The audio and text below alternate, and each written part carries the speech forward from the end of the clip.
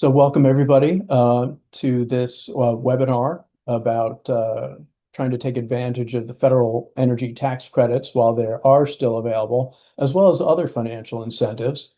I'm going to tell you a little bit about Sustainable Putnam before we really dig into that topic. So Sustainable Putnam was founded in 2020. It is a 501c3 tax-exempt nonprofit organization. It's a community nonprofit based here in Putnam County, New York. It is an all-volunteer organization. We have no paid staff. We don't even have an office. We have my guest bedroom here slash office that serves as our headquarters. And so when my son is home visiting, we have to shut down operations actually. Well, not quite, but anyway, you get the idea. But Sustainable Putnam is really it really is a community organization. We're all about educating and advocating for nature-based solutions for sustainability and resilience against the changing climate. And we're really here to help residents primarily, although we do work with municipalities, with our local governments. We work with other nonprofit organizations, especially libraries, but other nonprofit organizations as well. We've got a number of partnerships, including the Mid-Hudson Clean Energy Hub. So, and we have a number of programs, including you might have heard of our repair cafes. There are repair events. We have a community solar program that I'll talk a little bit about later. And then we've got all kinds of resources to help you with home building and transportation, energy issues. And then we do a number of workshops, and we hold social events as well, and plenty of free resources on our website. So my name is Joe Montuori, and I'm the founder of Sustainable Putnam and current volunteer executive director and a board member. The organization is going through a lot of changes lately, a lot of growth. We are looking for new board members. We're looking for more volunteers. We're looking for more partnerships. So please keep that in mind. I have been doing home energy coaching for about 4 years now as a volunteer. I've done over 230 consultations with homeowners and a few nonprofits and businesses mixed in there. What else was I going to say about that? Well, I'll show you later on how you can schedule a consultation if you're interested. I do have a certification from the Building Performance Institute in what's called Total Building Performance, which has been really helpful. Oh, I remember what I wanted to mention is that I've done all these home energy improvements to my own home over the course of years. It took a while, and I did it, piece by piece as I could afford to do it. And that's obviously, financially, that's an important consideration for all of us. Yeah, so these are the three most common reasons people want to make these changes to their home. And you might not be aware, but in our area, transportation is the largest source of greenhouse gas emissions, followed by building energy. So those are really important, things to consider in your own household. And obviously they're important for us as a society too, right? And the way you do that really is to try to eliminate the use of fossil fuels and then shift to clean electricity, as clean as possible. There's varying degrees of clean. The New York State grid is actually pretty clean compared to some other states, and getting cleaner. But there's ways for you to kind of clean up your personal use as well that don't even involve installing solar panels. But we'll talk about that later. It's really important to be efficient with your use of energy in order to keep your costs down.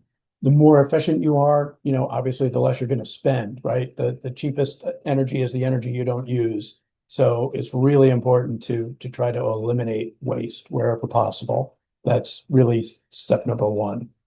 And then in terms of making your home, healthier, weatherization, insulating and air sealing your building can actually keep pollutants out. I think a lot of people worry about, once you insulate and seal your building well enough, any toxic, chemicals or particulate matter in your home is kind of trapped in there, which is true. That can happen. But today we also need to worry about pollutants coming into our homes. And I'm sure, all of us have experienced the wildfire smoke and the particulate matter that brought to us all the way from Canada, from Manitoba, for gosh sakes. It's pretty incredible. And that's, going to be an increasingly common phenomenon. And it might not be coming from so far away. So air sealing your home can actually have health benefits for you. And there are ways to make sure that that air remains fresh using installing something called an energy recovery ventilation system, which, can be installed, and it brings in air when it's fresh and clean, and actually absorbs the energy before it exhausts the stale air from your house through a heat exchanger. So it's really kind of brilliant. So lots of possibilities. And I know that this can be overwhelming, but don't worry, because, again, you can always schedule a consultation for particular questions you might have. So if we're going to electrify our homes, where are we going to and how are we going to do that? There's a number of options. Many of them I'm sure you're familiar with. We've already talked about heat pumps, electric vehicles, EV chargers, but electric cooking, right? If you have a gas range, it's adding pollutants to your home. It's obviously you're using fossil fuel. You might think about, swapping that out, either when your old appliance is starting to break down or just because you're upgrading. Heat pump clothes dryers are a thing too, and a lot of people are not familiar with them. They're not very popular here in the US yet, but they've been around in Europe for years, as is often the case with these energy efficiency technologies. So there's lots of options, and we can talk about any of these that you're interested in. So we'll jump right in now to the financial incentives. And I want to start by just addressing, the elephant in the room is that the federal tax credits that were established by the Inflation Reduction Act in 2022 and were scheduled to remain in place until 2032, the end of 2032, they're being, eliminated early, the end of this year for the most part, by what, has been called the Big Beautiful Bill. Here's the dates. So the first to go is the electric vehicle tax credit. So if you're looking for a new car or thinking about, selling your old one and purchasing an EV, you still have time, but it's really just until the end of the month. And we'll talk about that particular tax credit because that has a few unique aspects to it. And then December 31st is the other really big date. And that's when virtually almost all the other tax credits are gone. December 31st, the end of this year, all heat pumps, whether they're for heating and cooling or for hot water, those tax credits are gone. Solar panels, gone. Battery storage, gone. Weatherization, insulation, you might not be aware that there's a tax credit for that too. It's not huge, but it's it's something. $1,200 a maximum per year.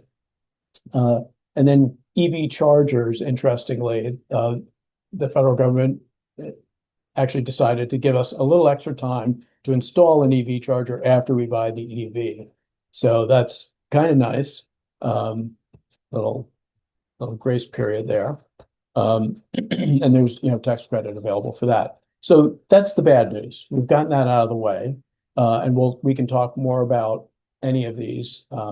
I just have a few more slides to share, and then I'll stop and take your questions. And I can come back to this slide if that's helpful. But the good news is that there are other financial incentives available, and they're going to remain available. Thank you, New York State. People love to complain about living in New York, but here's something good, because our state has some of the best incentives in the nation. and they're going to remain available. We've rolled ours out faster than other states as well. So that's all good news. So there are New York State income tax credits. If you have a New York State income tax liability this year or next year or whenever, you can continue to take advantage of that.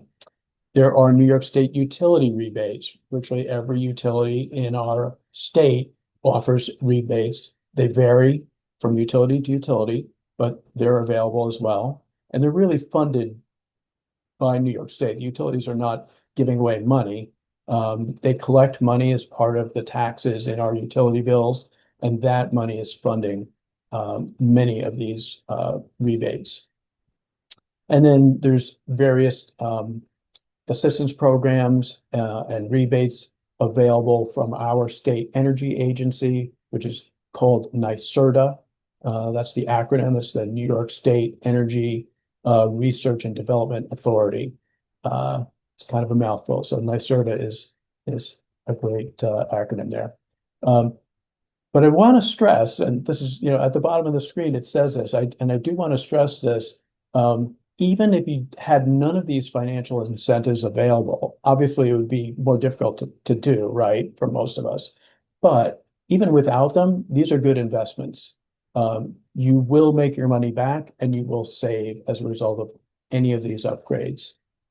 It's just the length of time that is going to change depending on the incentives. I personally did not get any rebates for my heat pump hot water heater, for my space heating and cooling heat pumps, for upgrade to my electrical panel. I didn't get, or insulation for that matter. I didn't get any of those. They didn't exist yet. I did get the EV tax credit, and I did get a tax credit for my solar panels on my roof. But it just goes to show you, and I have an incredibly low energy bill each year, which I can talk about later. But so it was definitely worthwhile. Our house is more comfortable.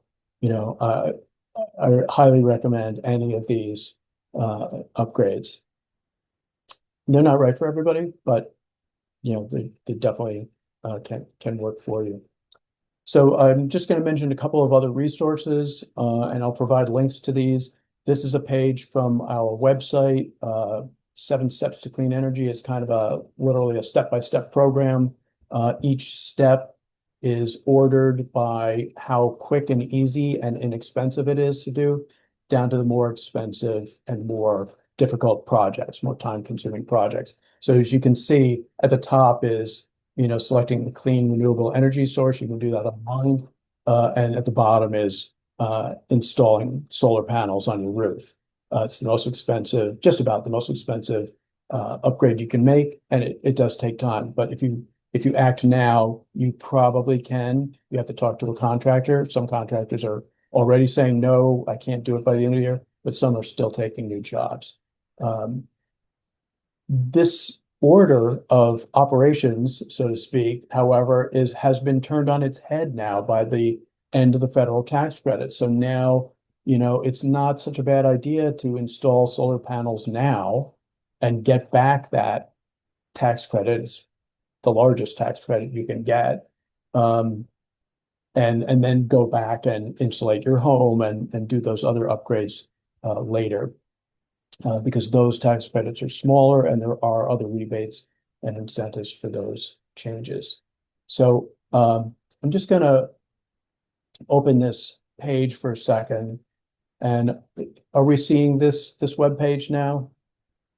7 steps? Yeah, great, thanks. So I just want to point out that on this page, there's each of the 7 steps, and each one of them is a link to another page. So there's a full page of information for each of these steps.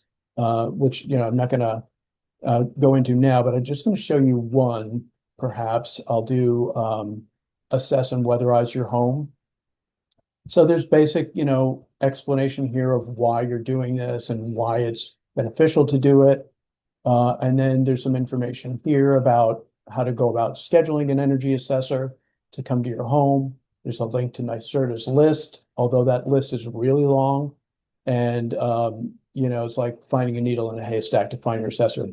But if you keep scrolling down, some more details here about what to look for in getting your home weatherized and so forth, and some other links here. And then at the bottom is a list of local contractors.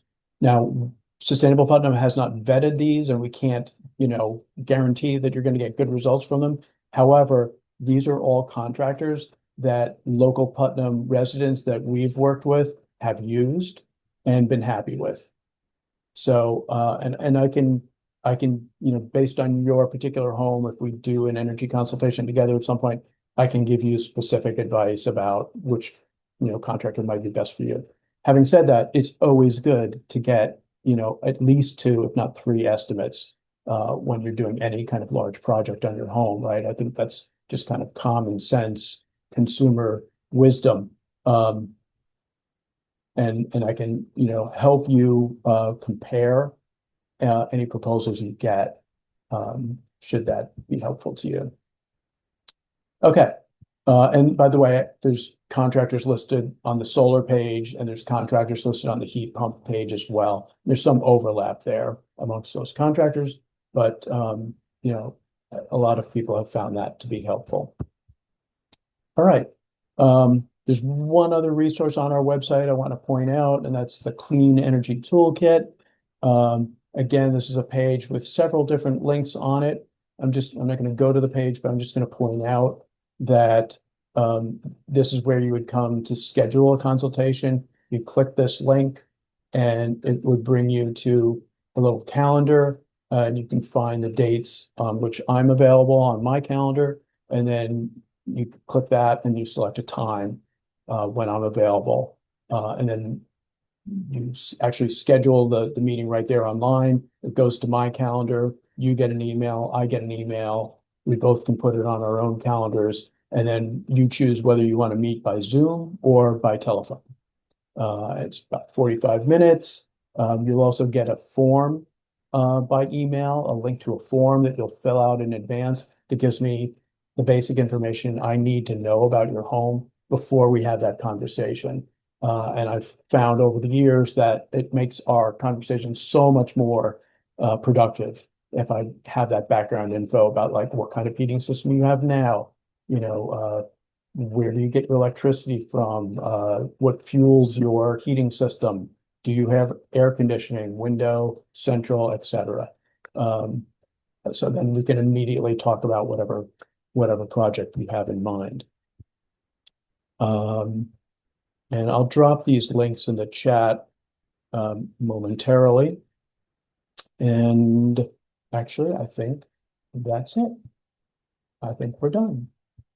So I'm going to take your questions now. And while you're perhaps putting questions in the chat, I see there are some. Jürgen. Yes, a couple of things. First of all, I'm quite shocked to learn that the federal tax credits that I thought would stay until 2032 are already going away. I mean, it's not surprising in light of things, what's happening, but it's still a shock. Yeah, it is. And it's, the beauty of the Inflation Reduction Act was that it had that 10-year window. So many times in the past, the United States energy policy has, been established and then changed by the next administration. And it's just been a seesaw, and it's bad for the economy. It's really bad for businesses because they can't plan. They don't know, what's going to be happening. And we're only talking about the residential tax credits. There's tax credits for commercial energy businesses as well, and they are also going away. Yeah. So, And we were seeing ourselves not quite ready yet for these great investments, but maybe as early as next year or the latest 2027, we would have seen ourselves making some of these investments. Regardless, my question is with regards to heat pumps. Mhm. What is the general recommendation? Should we use a geothermal heat pump or just a standard heat pump when we are ready to address this? Good question. Yeah. So for those who aren't as familiar with heat pumps, there's basically two basic types, ground source heat pumps or geothermal and air source heat pumps. And you've probably seen air source heat pumps. You often see them in restaurants and shops. There's a 3 foot long, kind of off-white or white um, unit mounted to the wall, and it's blowing air, either cool or hot, depending on the season. And outside is a compressor. And they call that a mini split because there's a split between the compressor outside and the actual air conditioning inside, as opposed to, for example, a window air conditioner, which is, you know, one unit. Um, and air conditioners, by the way, are heat pumps too. They just only work one way to cool your room. They can't heat them. So to get back to your question, there's no clean answer here. It kind of depends, but for most people, it's going to be air source heat pumps. Ground source heat pumps are much more expensive, so it's a bigger investment. On the other hand, they are much more efficient than air source heat pumps. So if you can swing it, they're a wonderful thing. However, the tax credit, and I'm just going to jump to the website and open up the financial incentive guide. And actually, I will drop this chat in the chat. So this is the financial incentive guide, and the first page is the tax credits and when they're ending. And then the next two pages are identical except for the utility. The first page is NYSEG, New York State Electric and Gas. You can see that here. And the second page is for Central Hudson customers. So if you're in Phillipstown, Garrison, Cold Spring, Nelsonville, you'd want this page. But otherwise, they are the same. Let me just get rid of that. There we go. Let me enlarge this. So just a quick overview. So the yellow column here on the left is all the different potential energy projects that you might want to do in your home or your household. The green column are upfront discounts, generally speaking, but they are based on income. So there's an income eligibility requirement, and you generally have to meet the lower moderate income criterion, which is usually, it depends, but it's usually 80% of the area median income. And this is where Sean Siri could help you determine what you're what's available to you and what you're eligible for. That's his area of expertise. So we often work together with clients and kind of share them, with their permission, obviously. And then to the right are in blue are the federal tax credits, and which are going away in New York NYSERDA incentives that are not income based, and the utility incentives. So back to Jürgen's question here, you can see air source heat pumps down here. The tax credit is 30% of the cost, including installation, but only up to $2,000 per year. And this is the last year. So $2,000. Ground source heat pumps right below that, the federal tax credit is 30% with no limit. So using round numbers, let's just say, and this is just ballpark, $50,000 to install ground source heat pumps at your home. It's a lot of money, but 30% of $50,000 is a lot, right? And without that rebate, or sorry, without that tax credit, it might not really be affordable for many people. So that's the rub, Jürgen. That's kind of the difficulty with ground source. Another difficulty is not everybody's yard is really appropriate for ground source heat pumps. I live on 1/5 of an acre, not even a quarter of an acre, and it's a long, narrow lot that goes from the road to the lake. My house is almost on the lake, and in my front yard is a septic system, and above that, uphill, is my well. So there's no place to put the ground source loops that go underground for drilling. Um, so it just didn't work for my home. But yeah, Mhm. Yeah, so those 30% on geothermal heat pumps, that credit will go away after this year as well. correct, correct. And honestly, there probably Mhm. is time to install ground source heat pump system if you're only starting now. Um, Most of the people I've spoken to who have had them installed, it's been, more like a 6-month project. And that's something else I should point out about these tax credits. You need to have the equipment installed by the deadline. Hmm. There's one proviso on that point, and that is for solar panels. I got this information from Rewiring America, which is a national organization that provides information like this. And their best understanding of the solar tax credit is that you have to have it installed, but it doesn't necessarily have to be connected to the grid by the deadline. And that can take months. It took something like 8 weeks for New York State Electric and Gas to connect my solar panels to the grid, which was kind of exceptionally long, but there was nothing I could do about it other than complain. So yeah, so that's an important consideration. So with that in mind, there is still time to do solar. There is still time to buy an electric vehicle. And by the way, you can lease an electric vehicle from some dealers and get that tax credit as basically a rebate. The dealer can take the tax credit and pass it along to you at point of purchase. So if you lease vehicles, that's a decent option too. And then you're not locked into a particular vehicle, for the life of the vehicle. Um, What would be the approximate cost of an air heat pump? of a what heat pump? Air Air heat source pump. heat pump?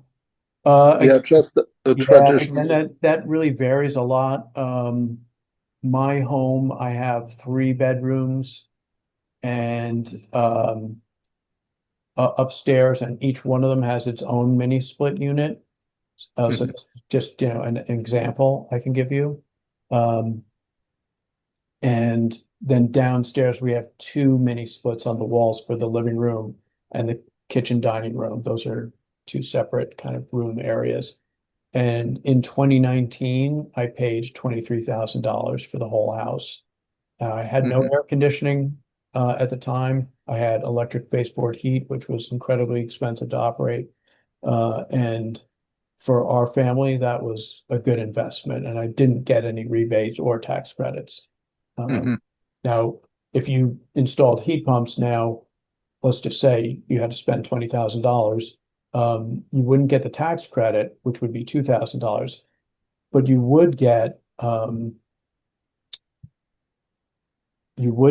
I was looking for another slide, sorry. Um, you would get, the rebate from the utility. And if you're Mhm. eligible for a New York State tax credit, you could get a New York State tax credit on that as well. And Oh, So okay. Joe, yeah, I just wanted to mention that Michael said in the comments that he thinks it's a good idea to get quotes for air source and ground source. And even across, if you just decide that you're going straight with air source, get multiple quotes because it can vary significantly. I know that was the case for yeah, myself. yeah, thank Um, you. yeah. And then there's a question in the chat as well. How can we find out how the discounts and incentives are actually applied to an upgrade? Good question. Thank you, Ralph. Um, so the tax credits you have to know on your own or figure out on your own. I can help you with that. Um, but I'm not a tax accountant, so I can't give you tax advice. But that famous disclaimer. But if you have somebody do your taxes, they could figure it out. I was able to figure it out myself, and I was a little nervous, but I did actually get all the EV tax credit and the solar tax credit without a problem. It's just a form to fill out that goes with your tax return. Um, the other incentives from the utility or from NYSERDA, those you'll learn from the contractor.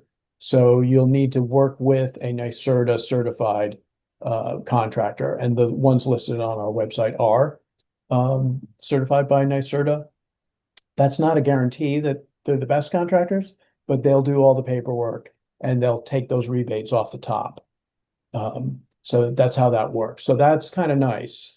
They changed that. It used to be that you had to apply for them yourself, and the paperwork was not pleasant. I actually did apply for a rebate for my heat pump hot water heater and was denied by New York State Electric and Gas. But anyway, yeah, that's how you go about that. Can I ask a question about my situation here? Sure. Um, so we moved into this house. It's 80 years old, and we did the energy audit. We did all the things we're supposed to do, and actually one of the contractors on your list did the ceiling and insulation. And the immediate response was, "Oh, we can tell it's not windy outside anymore." Because before, you'd look outside and the trees were blowing back and forth, and we would be feeling it inside. And now it's like the trees are blowing, but we don't feel it inside. I mean, that's a nice feeling, Yeah. not to have. You know what I mean? The Yes. other thing that we noticed was our propane use went down by 20%. That also was a good feeling. Um, Later, we've done solar panels and heat pumps and all that stuff. But what's happened is last year we had some bees get behind the bricks uh, off of our sunroom. We don't have a very big house, but the sunroom sort of connects the kitchen to the garage. And somebody had to come in and cut out a piece of the wall. They couldn't take down the brick. And come to find out, there was actually no insulation in the wall. They had poked a hole in the wall to pump in a foam installation. And I called back I had a good relationship with one of the people who did the work. I actually hired him later to do some other work in my house. And so I had his number and my contacts. I contacted him about this. And what I've pretty much concluded is when they did the rim joints in the basement and when they did behind the knee walls in the Cape Cod style house, they put in a solid foam insulation that's still there and robust, but they installed it was some sort of latex foaming insulation that went in the walls, and I kind of suspect that over the years it's collapsed. Hmm. And we have other things like when there's this light snow, we're one of the few houses in the neighborhood where the snow melts quickly, and we get icicles, which are sort of signs that something's not Yes. right. Yeah. So what I believe is they pump the foam into, I'm pointing up here because I'm in I don't know if you can see, I'm in a Cape Cod house. So this slanted ceiling pump foam was supposed to go into there. You probably can't see. Um, so who who should I contact about this? I mean, should I go back to the original contractor who did the work? I kind of, Yeah. eh, Yeah. I mean that's a tough call. I would try that. You might want to get another energy assessment though, and make sure that they're using infrared thermal imaging to identify those spots where there is no insulation, and a blower door test simultaneous to that, where for those who aren't familiar, blower door test measures how leaky your home is in terms of air infiltration or exfiltration. And the way it works is you close all the windows, you lock them tight, close all the doors, lock them tight, except the front door, which gets opened wide, and they put a plastic, kind of a vinyl door in place of your regular door with a giant fan in the middle of it, with all kinds of instruments on it that actually, when they turn the fan on, they blow air out of the house and measure how much air is being pumped out, and that gives them a number called uh, air changes per hour, ACH, um, or they measure it in cubic feet that are being blown out. And that's a great baseline. And while that's happening, air is being sucked in through cracks and crevices, and they're walking around with an infrared thermal imaging unit, and it can actually see where the leaks are and where there isn't insulation. Um, and that's really the way all home energy assessments should be done, but they're not. You might have to pay a little bit for it, a few $100s, but it's well worth it. You'll get a written report with estimates on how to go about remediating those problems with insulation and air sealing. Then you don't have to use that estimate. You can go and get another estimate from another contractor for the insulation and air sealing work, and which I suggest you do, and then compare them and make a choice about those. Michael, going back to what you said about, and there's a couple of other questions that I'll get to in a second, but I just want to comment on the comfort thing that you mentioned. We did not make any of these, do the air sealing and insulation for comfort. We thought our house was pretty comfortable, only to find out that after it was air sealed and insulated, we were way more comfortable wherever we were in our home. There wasn't like a cold part of any room, which we had just kind of learned to live with. We were much younger at that time, but it was just so much more comfortable. It was really dramatic. And so that is a huge bonus that, I can't really underemphasize. There's a couple more questions in the chat, so I wanted to address those. Yes, if you're in what I do, energy consultations for people throughout New York State. Obviously, I want to do most of them in Putnam County, where I live and where I'm, working for Sustainable Putnam. But yes, that's fine, Ralph. Feel free. And are all the tax credits and rebates based on income? No, they are not, Meredith. Going back to, am I still sharing this? I think I am. This financial incentive guide. Um, the ones in green, these green columns, those are income based. The others are not. So any of the blue columns are available to anybody. And Sean, I don't know if we're still with, oh, you are. I don't know if you want to comment on that in terms of the income eligibility. Sure. Yeah. So that was Meredith that asked that question, right? Yeah, you can reach out to me. I'll throw my contact information um, in the chat. So I work fairly closely with Joe. I'm with the Mid-Hudson Clean Energy Hub, who have energy advisors in every county in the Mid-Hudson region. And so we are tasked with helping people figure out basically what energy efficiency program they might be income eligible for, and sort of where, if they are interested in taking that next step, whether that be insulation, air sealing, installation of heat pumps, solar panels. We're sort of a one-stop shop informational resource. I just provide information. If you are interested in getting insulation done, here's the info for that. But yeah, I sort of help people refer folks to these programs, but also help with technical assistance for the applications for these programs as well. Great. Thank you, Sean. Yeah. Beautiful. Okay. Seeing. And can I mention something, Joe, Of about course, the air of course. source heat pumps? I don't mean to bring it all the way back to air source heat pumps, but there are also a type of air source heat pump called the air to water system. The air to waters are sort of like a plug and play for folks that have boilers. So it still works sort of like that air source heat pump, but it connects directly to your boiler piping. So it's sort of just like a plug and play. It's a pretty cool option for folks that might not have the capital, the financial side of things to go fully into a heat pump system.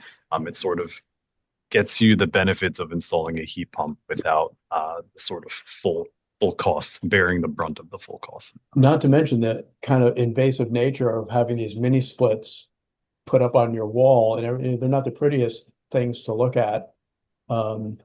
So yeah, that's a nice option. Same thing with central. If you have central air and and metal ductwork generally.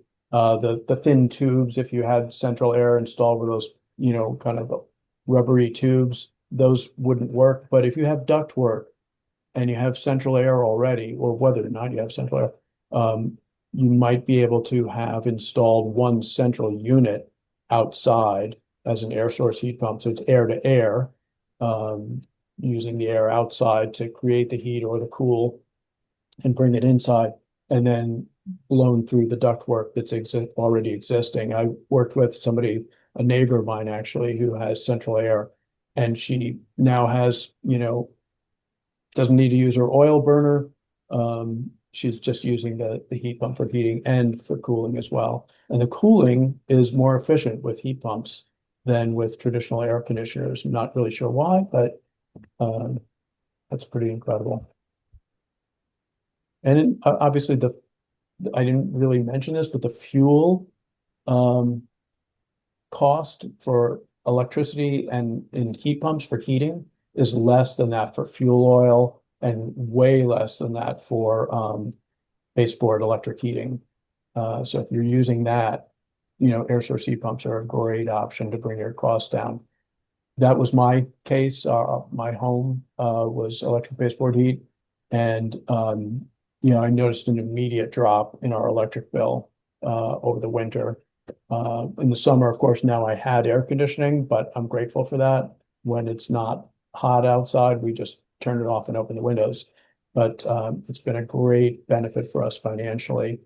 And I mentioned earlier that my energy costs overall are low. So I'll just tell you that because I have solar panels, and although I have, up until recently, I had two electric vehicles. Now we just have one. But for 2024, we had two electric vehicles, which we charged at home, using grid electricity plus our solar panels, which supplied 60% of our energy needs for everything, heating, cooling, hot water, cooking, and our transportation. And we drove about 20,000 miles in 2024. We paid $2,000 for all of our electricity for the year. I think that's pretty incredible. I paid more than that, before I had solar panels just to heat and cook and do hot water, not to mention our gasoline bills, which were enormous. So, it can be a tremendous savings. All right. Any other questions?